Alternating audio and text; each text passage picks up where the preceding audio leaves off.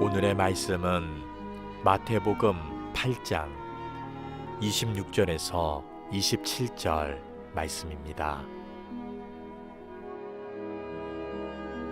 예수께서 이르시되 어찌하여 무서워하느냐 믿음이 작은 자들아 하시고 곧 일어나사 바람과 바다를 꾸짖으시니 아주 잔잔하게 되거늘 그 사람들이 놀랍게 여겨 이르되 이가 어떠한 사람이기에 바람과 바다도 순종하는가 하더라.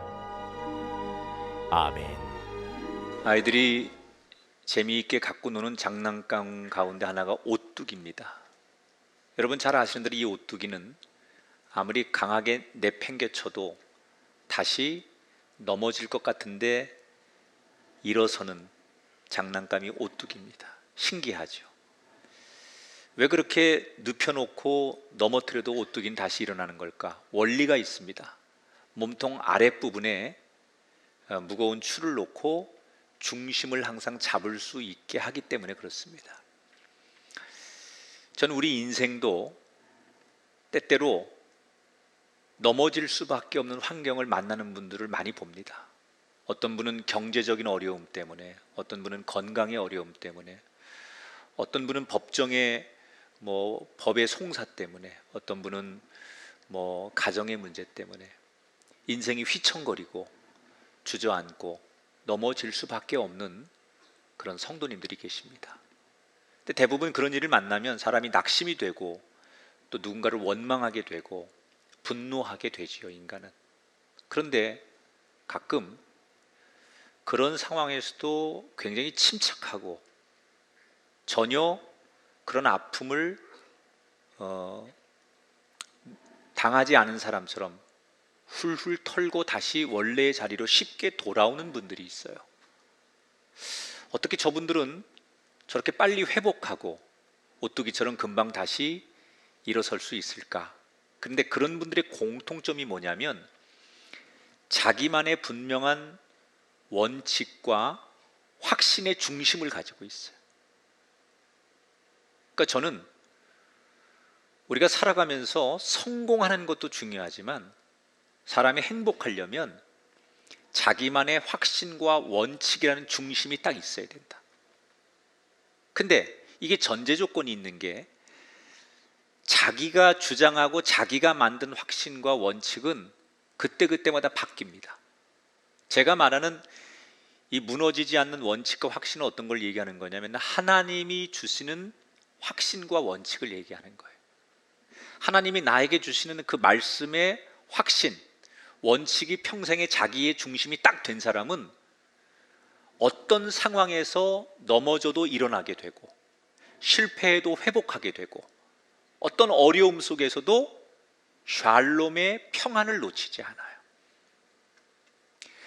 우리는 오늘 말씀을 통해서 우리가 하나님 앞에 어떤 원칙과 확신의 중심을 가지고 있어야만 넘어질 듯 하면서 다시 일어나는 사람이 될 수 있을까? 지금 마태복음을 여러분과 함께 나누고 있는데 오늘 8장의 얘기를 연이어 전할 겁니다. 지난 시간에 많은 사람들이 예수님 주변에 몰려드니까 예수님께서 그들과 좀 떨어져야 되겠다고 생각하고 제자들에게 배를 준비해라, 갈릴리 호수를 건너야 되겠다, 이렇게 말씀하시고 급하게 배를 타고 출발하시는 예수님의 모습을 소개해 드렸습니다. 자, 오늘 본문은 이제 예수님이 그 배에 타자마자 예수님의 모습을 설명하고 있는 것이 성경의 시작이에요.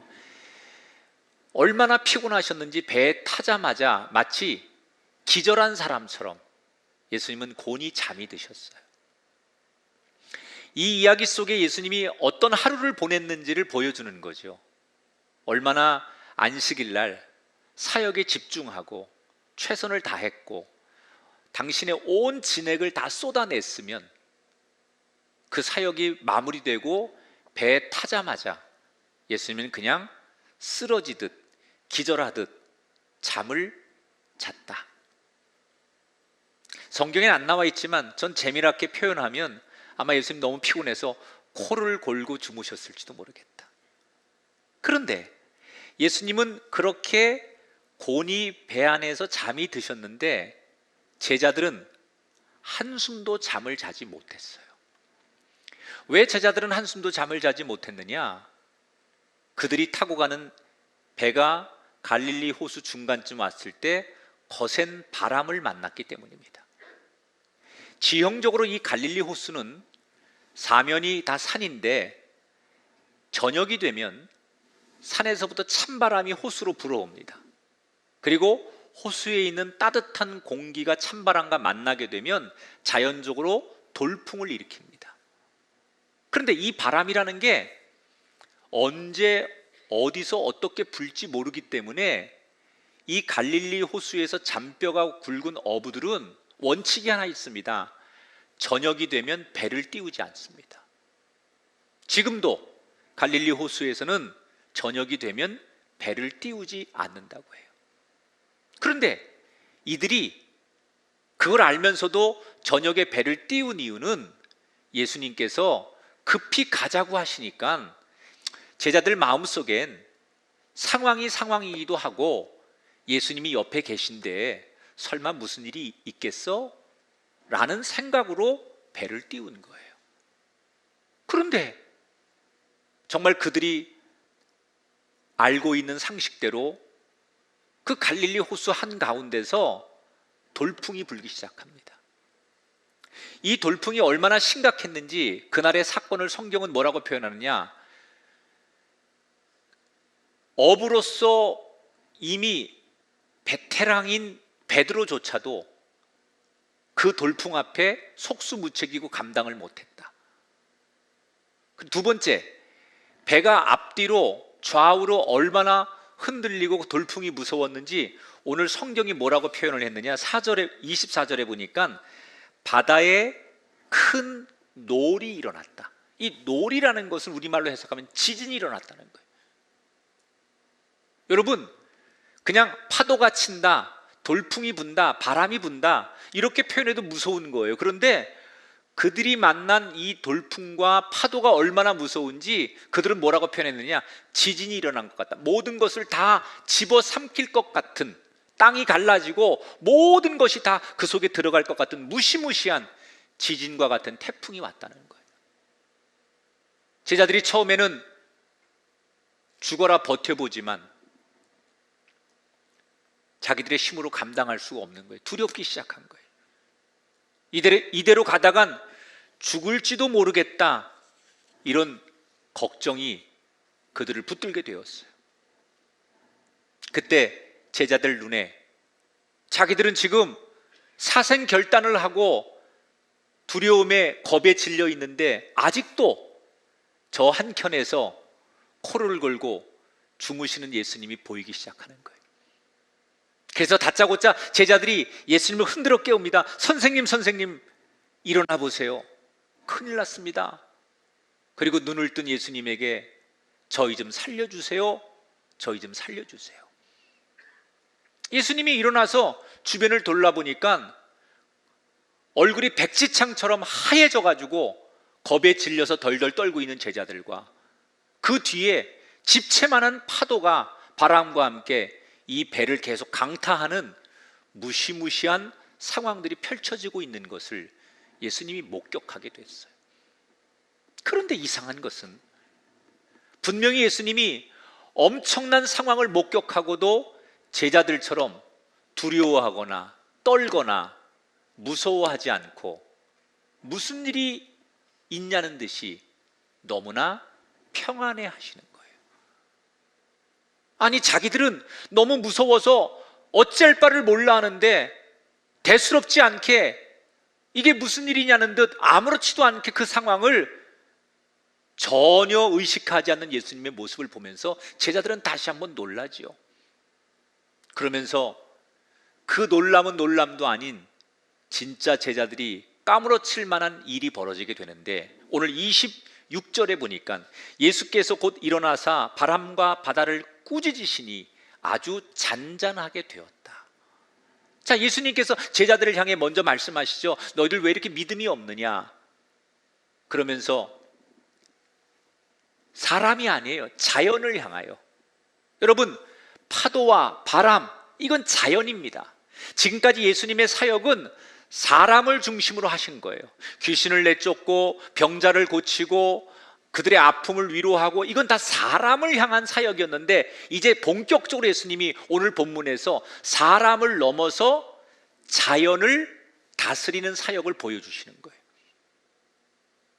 이 자연 만물을 향하여 예수님께서 마치 호통을 치듯 잠잠하라, 이렇게 한 말씀을 했을 뿐인데, 그렇게 요동치던 파도와 바람이 잦아들고 멈추면서 그 바다가 금방 평온을 되찾았어요. 그리고는 그 광경을 보면서 놀랍기도 하지만 조금 전에 무서운 상황에서 벗어났다고 생각한 제자들은 안도의 한숨을 쉬게 되죠. 그러면서 서로 얼굴을 보면서 말은 하지 않지만 눈빛으로 똑같은 메시지를 서로에게 주고받는 거예요. 우리 앞에 계신 우리의 선생님은 도대체 어떤 분이냐? 사람을 고치고 귀신을 내쫓는 것만 해도 놀랍고 그분이 그럴 수 있는 분이라는 사실 앞에 놀랐지만, 자연까지도 다스릴 수 있는 이분은 과연 누구냐? 이게 오늘 우리가 만난 본문의 첫 번째 이야기예요. 이 예수님이 바람과 파도를 꾸짖으시는 내용은 우리가 오늘 마태복음에서 만났지만 마가복음과 누가복음에도 등장을 해요. 그래서 우리 교인들이 너무나 잘 아는 얘기예요. 이 본문의 핵심은 뭐냐면, 예수님은 창조주 하나님이시다, 그 말이에요. 어떤 영웅이, 어떤 위대한 사람이 자연을 다스릴 수 있습니까? 이 땅에서 자연을 다스릴 수 있는 분은 딱 한 분밖에 없어요. 하나님밖에 없는 거예요. 근데 하나님께서 본격적으로 예수님을 통하여 이 자연을 다스리는 것을 보여주면서 창조주 하나님이 이 땅을 지배하고 있다는 메시지를 오늘 본문은 보여주는 거죠. 여러분, 우리가 너무나 잘 알고 있는 이 본문의 말씀을 우리가 보면서 저는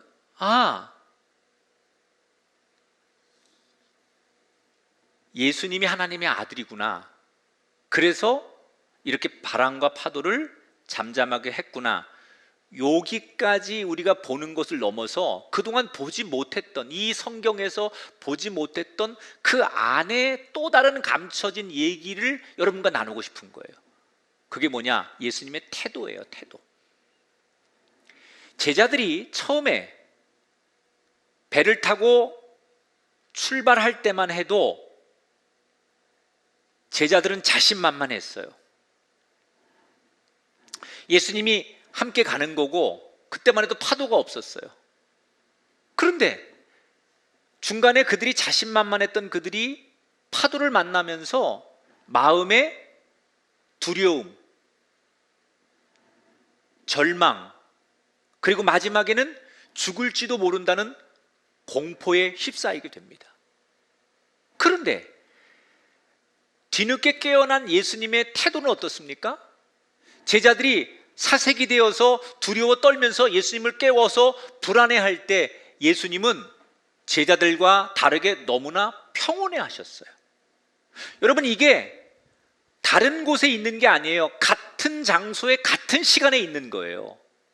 그런데 똑같은 상황에서 제자들은 두려워 떨고 있는데 예수님은 평온해 하셨다는 거예요. 도대체 이 차이가 뭘까요? 예수님과 제자들이 같은 장소, 같은 시간에 전혀 다른 태도를 보일 수 있었던 것은 뭘까? 그 비결은 생각의 차이입니다. 제자들은 어떤 생각을 했느냐? 우리가 살고 죽는 것이 내 앞에 펼쳐지는 환경, 여건, 주변의 상황에 있다고 생각한 거예요. 그래서 지금 내 앞에 펼쳐진 이 상황이 파도가 치고 바람이 불고 배가 엎어질 것 같으니까 죽겠다고 생각하는 거예요. 그런데 예수님의 생각은 달랐어요. 예수님은 어떤 생각을 하고 있었느냐?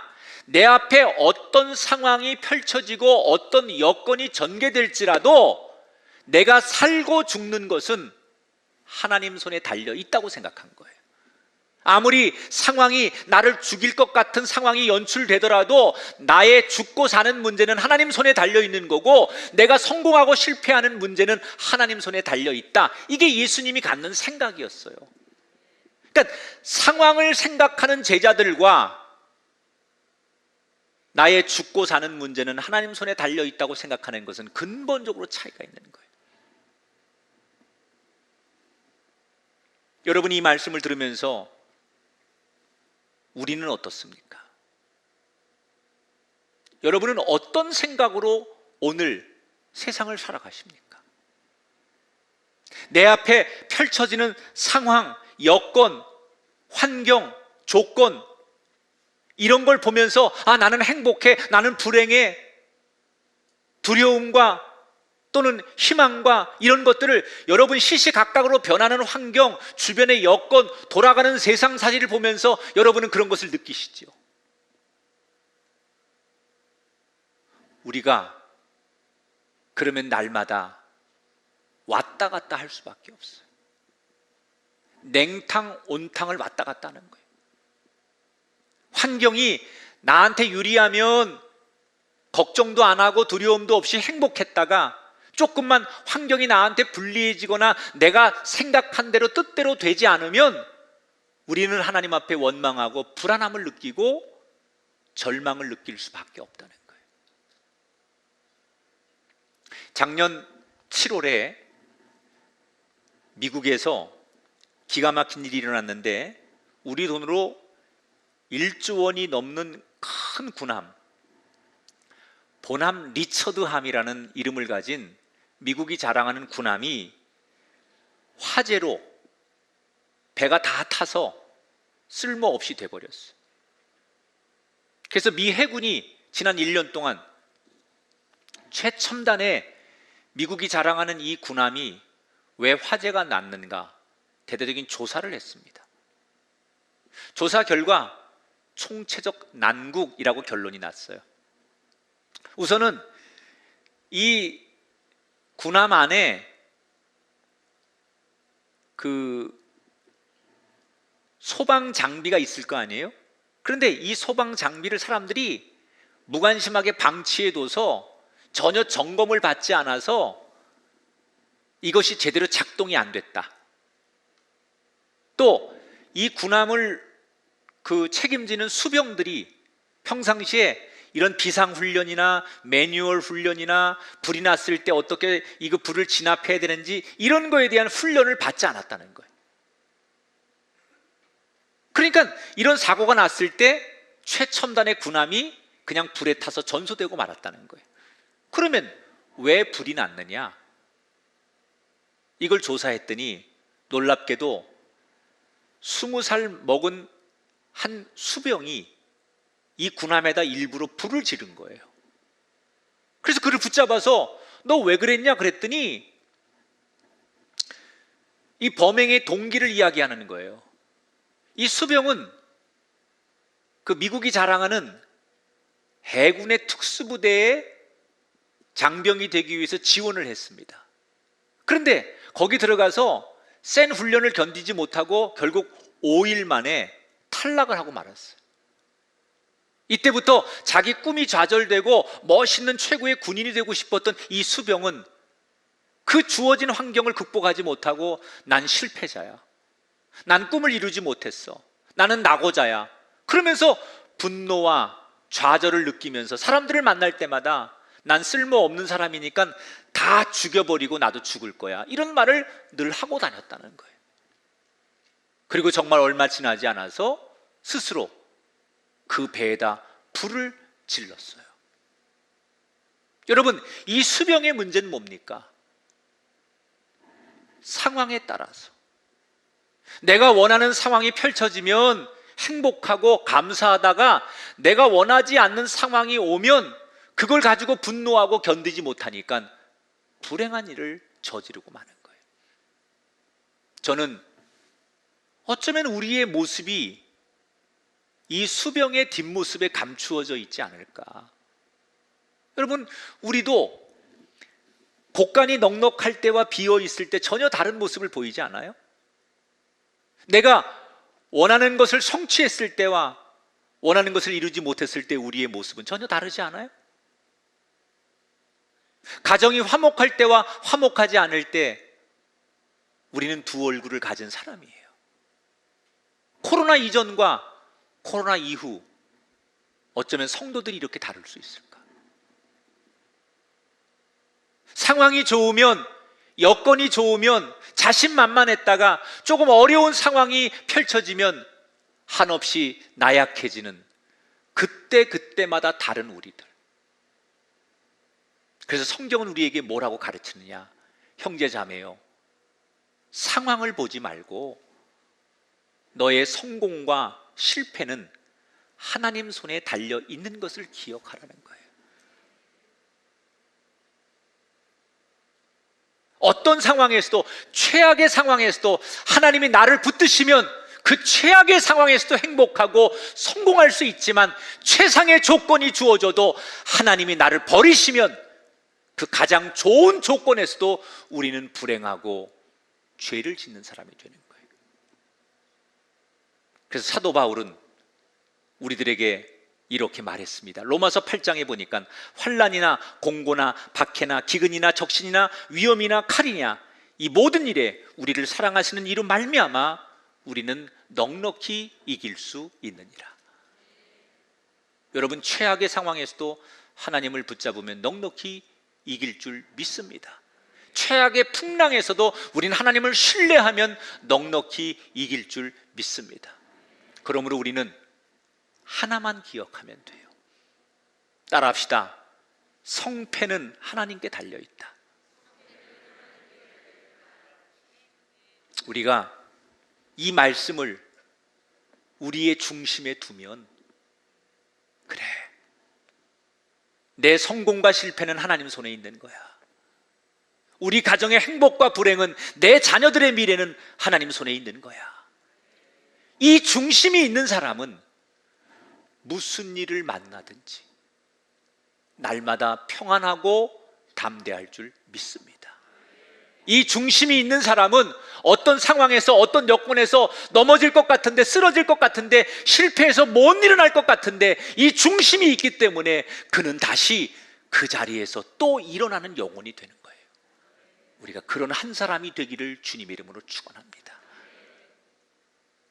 예수님의 말씀 한마디에 풍랑이 잠잠해졌어요. 이제 모든 상황이 정리된 것을 보고 제자들은 더 열심히 노를 저어서 호수 건너편에 도착합니다. 한참 만에 그들이 도착한 그 마을은 오늘 마태복음에 보니까 가다라라는 마을이에요. 지도를 보면 이 가다라라는 마을은 유대 땅에서 이 갈릴리 호수를 건너면 건너편은 이방인의 땅이에요. 여긴 유대인들의 땅이 아니에요. 예수님이 의도적으로 이방인의 땅에 가신 것은 두 가지 의미가 있습니다. 하나는 유대인들이 너무 예수님을 따라다니니까 아예 이방인의 땅으로 건너가면 유대인들이 따라오지 못할 것이다. 그래서 온전한 쉼을 할 수 있는 곳을, 장소를 선택하셨다라는 이유 하나. 두 번째, 영적으로는 이미 예수님은 이방 선교에 대해서, 이방인들에 대한 하나님의 사랑에 대한 것을 이 장면에서 암시하고 있는 거예요. 그래서 가다라라고 하는 이방 땅을 건너가시죠. 근데 마가복음과 누가복음에는 거리사라는 지명으로 나와요. 여러분은 아마 그 이름을 더 많이 들어보셨을 거예요. 엄밀히 말하면 예수님이 건너간 이 땅이 거리사가 맞느냐 가다라가 맞느냐, 이거는 같은 장소가 아닙니다. 가다라는 갈릴리 호수에서 한 10km 내외 정도에 있는 마을이고, 거리사라는 것은 한 50km 떨어져 있는 곳이니까 조금 다른 곳인데, 지금 요 똑같은 그 사건을 놓고 예수님이 도착한 것이 마태복음에서는 가다라라는 지명을 쓰고 마가복음과 누가복음에서는 거리사라는 지명을 써요. 근데 우리가 지금 마태복음을 나누고 있기 때문에 가다라라는 지명의 마을을 생각하고 설교를 하는 거예요. 그러니까 저자들이 이것을 기록할 때 이 마을에 도착했다, 이 마을에 도착했다, 요건 조금 견해 차이가 있지만 이 사건의 본질은 없어지지 않는 거죠. 그런데 예수님께서 이 이방인 땅에 딱 도착을 했는데 쉬고 싶은 예수님의 그 바램과 기대가 허사가 됩니다. 왜 예수님 못 쉬느냐? 이유가 있습니다. 28절에 보니까 귀신 들린 자 둘이 무덤 사이에서 나와서 예수를 만났다 이렇게 써 있어요. 자, 예수님 이제 도착해서 좀 쉬려고 쉴 만한 곳을 찾아가는데 갑자기 귀신 들린 두 사람이 예수님께 나오더니 다짜고짜 예수님 앞에 엎드려서 이렇게 말을 하는 거예요. 하나님의 아들이시오, 왜 여기까지 오셔서 우리를 괴롭히십니까? 귀신 들린 사람이라고 했어요, 여러분. 그 사람 자체가 귀신이 아니라 귀신의 지배를 받는 사람. 그러니까 여러분, 사람이 자기 힘이 아닌 귀신의 지배를 받는 사람 같으면 자기 몸이 성하지 않아요. 자기를 막 학대하거나 머리 풀어 헤치고 온몸에 상처가 나고 눈에 초점을 잃고, 그게 귀신의 지배를 받는 거죠. 성경에 아주 리얼하게 표현을 했어요. 그러면서 이 귀신 들린 자가 와가지고 귀신의 조종을 받으면서 왜 우리를 괴롭히느냐 예수님께 이렇게 따집니다. 그러니까 이 귀신은 예수님이 누군지, 얼마나 위대한 분인지 한눈에 알아봤다는 거예요. 그러면서 뭐라고 얘기하느냐? 당신이 우리 보고 여기서 나가라 명하시면 우리는 어쩔 수 없이 나가야 되는 존재들입니다. 이미 귀신은 예수님 앞에 자신들이 예수님 말 한마디에 서열상 꼼짝도 못할 수밖에 없는 존재라는 것을 인정하고 예수님 앞에 엎드려서 당신이 우리 보고 나가라고 할 거 아닙니까? 그럼 우리는 나가야 되는데 대신에 조건이 있습니다. 그러면서 이 귀신들이 예수님께 타협안을 내놔요. 예수님이 이 사람들에게서 우리를 나가라고 명하시면 나갈 건데 대신에 조건이 하나 있습니다. 어차피 나갈 거지만 우리가 어딘가를 가야 되는데, 그러면 저 산 비탈 위에 돼지떼들이 있는데 우리가 거기로 가겠습니다. 돼지들한테. 그러니 그건 허락해 주십시오 라고 요청해요. 이 가다라와 누가복음에 나오는 거리사 일대까지 이게 갈릴리 호수 동쪽 지역의 마을을 얘기하는 거거든요. 그런데 이 갈릴리 호수 지역의 여러 마을들은 돼지를 굉장히 많이 키웠습니다. 주 수입원이 돼지예요. 우선은 이 갈릴리 호수 주변에는 무역상들이나 여행자들이 많이 찾기 때문에 가장 선호하는 음식이 돼지예요. 그래서 사람들이 이 마을에서 다른 어떤 수입원보다도 돼지를 키우는 게 가장 수익을 많이 낼 수 있고, 돼지를 키우는 게 이 사람들한테 가장 중요한 밥벌이입니다. 다만 유대 땅에서는 돼지를 못 키워요. 왜? 율법에 돼지를 유대 땅에서는 부정한 것으로 규정했기 때문에 이방 사람들이 주로 키우는 거예요. 근데 왜 귀신은 그러면 사람에게서 떠나면 돼지떼에게 간다고 했느냐? 이거 두 가지 해석이 좀 필요한데요. 첫째는 이 귀신의 생각은 이 마을에서 자기들이 영적으로 영향력을 계속 행사하고 싶은 거예요. 그런데 주민들이 가장 귀하게 여기는 재산, 가장 저들이 벌벌 떠는 것 중에 하나가 돼지거든요. 절대로 이 주민들이 함부로 포기할 수 없는 중요한 보물과 같은 게 돼지예요. 그게 밥벌이니까. 그래서 자기들이 그 돼지떼에게 들어가서 이 마을의 영향력을 계속 이어가겠다라고 하는 마귀의 속셈, 귀신의 속셈이 있는 거죠. 근데 예수님이 이걸 다 알아챕니다. 저들이 굳이 돼지떼에게로 가겠다는 것은 이 마을을 떠나지 않겠다, 영향력을 계속 행사하겠다, 그런 것을 의미한다는 걸 예수님이 아는 거예요. 근데 여기서 예수님이 안 돼, 이래도 되잖아요. 근데 이 귀신들의 타협안을 받아들입니다. 허락합니다. 그래서 사람의 몸에서 빠져나온 귀신들이 그 돼지떼에게로 들어가요. 32절 볼까요? 그들에게 가라 하시니 귀신들이 나와서 돼지에게로 들어가는지라 온 떼가 비탈로 내리달아 바다에 들어가서 몰사했다.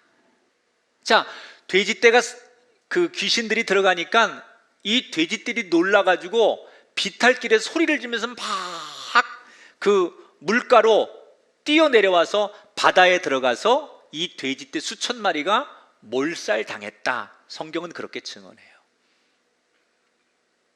자, 여기서 여러분이 궁금해하실 내용을 하나 풀어보죠. 예수님은 왜 사람에게서 빠져나온 귀신을 그들이 원하는 돼지떼에게 들어가는 것을 허락하셨을까? 이건 예수님의 사역의 우선순위예요. 예수님의 하나님의 그 시선에서 가장 중요한 우선순위는 어떤 희생을 지불해서라도 영혼을 구원하는 것, 이것이 주님 사역의 가장 중요한 첫 번째예요. 다른 희생을 감수해서라도 영혼을 구원하는 것, 이것이 주님의 어떤 사역의 원칙이기 때문에 돼지떼가 희생을 당하더라도 사람을 살리고 영혼을 살리는 일이 중요했기 때문에 그 돼지떼와 바꾸더라도 예수님은 사람을 살려야 되니까 희생을 지불한 거예요. 또 하나 해석은 이건 영적인 의미가 있습니다. 귀신은 부정한 거예요. 그런데 돼지도 율법에 보면 부정해요. 그러니까 부정한 귀신이 부정한 돼지떼와 함께 당시 사람들이 생각하던 지옥을 어떻게 생각하느냐, 지옥이 있는데 그 지옥의 문이 큰 물이라고 생각해요. 그러니까 부정한 귀신이 부정한 돼지를 만나서 이 물 속에 들어간다는 것은 지옥에 들어가는 것으로 해석을 하는 거예요. 예수님은 영적으로 이걸 어떻게 우리에게 가르쳐 주시는 거냐? 이 돼지떼와 함께 그 귀신이 물에 빠져서 지옥으로 보내졌기 때문에 다시는 돌아와서 사람을 괴롭히지 않을 것이다 라는 의미로 이 말씀을 예수님은 전개하는 거예요. 여러분 보세요. 귀신이 이 사람들을 괴롭혔다가 다시는 돌아오지 못합니다. 이 사람들이 귀신이 나간 다음에 온전해져서 기뻐하는 것으로 오늘 성경이 끝나요. 고침받은 사람들, 그리고 정신이 온전해진 그의 가족들은 예수님께 나와서 눈물과 머리를 숙여 감사했겠죠. 그런데 또 다른 장면 하나가 성경에서 우리에게 삽입된데 그게 뭐예요? 이 동네 사람들이, 특히 이 돼지를 키우는 주인들이 예수님께 거세게 항의를 하는 거예요. 왜 죄 없는 우리의 재산인, 우리의 수입의 전부인 이 돼지떼를 저렇게 희생시키느냐? 이걸 어떻게 할 거냐? 어떻게 손해배상할 거냐? 당신은 어떻게 책임질 거냐? 그리고 예수님께 책임을 묻습니다. 그리고 항의하고 시위하는 거예요. 그리고는 끝내 예수님이 이 마을을 떠나가라고, 그러지 않으면 가만두지 않겠다고 예수님을 그 마을에서 쫓아내려고 하죠. 자, 이 장면에서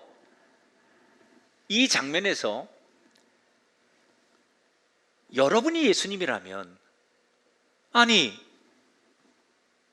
귀신 들린 사람들을 고쳐줬으면 다른 어떤 희생을 했어라도 이 사람이 살아났으면 그거에 감사하고 그거에 만족해야 되는데, 이 마을 사람들은 귀신 들린 사람들에게서 노인 사람에 대해서는 관심이 없어요. 오직 돈이 되고 물질의 상징이고 밥벌이, 먹고 사는 문제, 물질적인 피해만 생각하는 거예요. 여러분, 우리가 예수님이라면 너무 화가 난 상황 아닙니까? 아니 기껏해서 정말 예수님이 사랑함으로 그들을 고쳐주고 회복시켜줬더니 금전적인 손해 본 것만 가지고 따지면서 예수님을 몰아세우는 그 상황 앞에 우리가 예수님이라면 화가 날 만해요. 그런데 예수님은 전혀 요동하지 않아요. 그 억울한 상황에서 그들이 떠나가라고 하니까 쉬지도 못하고 예수님은 알았어 라고 말하며 순순히 그 마을을 떠나셨어요. 어떻게 예수님은 그 상황을, 그렇게 억울한 상황을 쉽게 받아들일 수 있었을까? 여기에 예수님의 또 다른 중심 하나가 있었어요. 그게 뭐냐? 우리의 성공과 실패는 사람들의 평가에 있지 않고 내가 하나님의 뜻을 행했느냐 행하지 않았느냐에 달려 있다라고 생각한 거예요. 사람들이 얼마나 나를 알아주느냐, 사람들이 얼마나 높이 평가해 주느냐, 이것이 나의 성공과 실패를 결정하는 것이 아니라 내가 하나님 뜻대로 이 일을 했느냐. 여러분, 예수님의 사역은, 예수님이 처음에 갈릴리 호수를 건너 출발하실 때 그게 뭐예요? 하나님의 뜻에 따라 출발한 거예요. 인간적인 생각이 아니에요. 그리고 귀신 들린 사람을 만났을 때 하나님의 시선으로 본 거예요. 그리고 하나님의 뜻에 따라서 그들을 고쳐주신 거예요. 그러니까 하나님의 뜻으로 볼 때 예수님은 마땅히 해야 될 것을 하신 거예요. 그래서 사람들의 거부에도, 사람들의 반감에도 예수님은 분노 대신 평안하게 그 상황을 받아들일 수 있었다는 거예요. 우리는 종종 사람의 성공과 실패를 이야기할 때 결과로 자꾸 이야기를 해요. 성적표 결과로, 우리의 성과의 지표로, 내 통장의 잔고로, 사람들에게 얼마나 칭찬받고 인기 있느냐는 지표로 우리의 성공과 실패를 판단합니다. 오늘 이 시대가 어린아이로부터 모든 세대가 이 결과를 놓고서 나는 성공한 사람이야, 실패한 사람이야 라고 판단하기 때문에 우리는 행복을 누리지 못하는 거예요. 성경은 우리들에게 뭐라고 가르칩니까? 우리의 성공과 실패는 결과의 지표가 아니라 결과와 상관없이 내가 하나님 뜻대로 행했느냐, 하나님 뜻대로 살았느냐, 이것이 성공과 실패를 결정짓는 거라고 성경은 가르치는 거예요. 이 중심이 있는 사람은, 성공의 개념, 실패의 개념을 이 중심으로 놓고 있는 사람은 조금도 불안할 이유가 없어요. 사람들의 시선, 사람들의 평가에 아랑곳하지 않아요. 세상이 어떻든 간에 전혀 불안해하지 않아요. 무슨 상황에서도 요동하지 않는 거예요. 저는 오늘 우리가 살아가는 이 시대가 우리가 과거에 많이 불렀던 복음송가, 내일 일은 난 몰라요, 하루하루 살아요, 어쩌면 그 가사말하고 똑같은지 모르겠어요. 정말 내일을 모르겠어요. 얼마나 우리가 학수고대하고 이렇게 이제 예배의 문이 열리고 위드 코로나가 돼서 좌석 대비 50%라도 모일 수 있어서 이제는 정말 정상적인 회복이 되는구나 이렇게 생각했는데, 어제 오늘 뉴스를 보니까 더 큰 변이 바이러스가 저 아프리카로부터 지금 출현했는데 이것이 세계의 모든 나라들의 문을 꽁꽁 걸어 잠그고 더 많은 두려움과 염려로 우리를 공포 속에 몰아넣고 있어요. 도대체 내일 일을 한 치 앞도 모르는 우리의 현실, 그래서 사람들은 더 불안한지도 모르겠어요. 그런 이 세상에 사는 우리들에게 오늘 예수님은 의도적으로 오늘 저를 통해 이 말씀을 우리에게 전하시는 거예요. 괜찮다. 세상이 어떻게 요동해도 중심만 잘 잡고 있으면 된다. 그 예수님이 가르쳐 주시는 중심이 뭡니까? 성공과 실패는 하나님 손에 달려있다.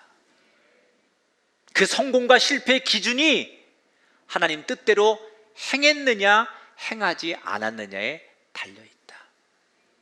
이것만 잘하면 돼요. 이 중심이 우리 안에 있으면 어떤 상황에서도 넘어진 것 같아도 실패한 것 같아도 사람들의 비난을 받아도 그 사람은 다시 영적으로 회복하고 일어서고 은혜의 길을 걸어가게 될 줄 믿습니다. 요동치는 이 세상 한복판에서 저와 여러분 모두 예수님처럼 평안할 수 있는 그런 은혜와 은총의 여생이 되시기를 주의 이름으로 축원드립니다. 오늘의 영상을 함께 보겠습니다.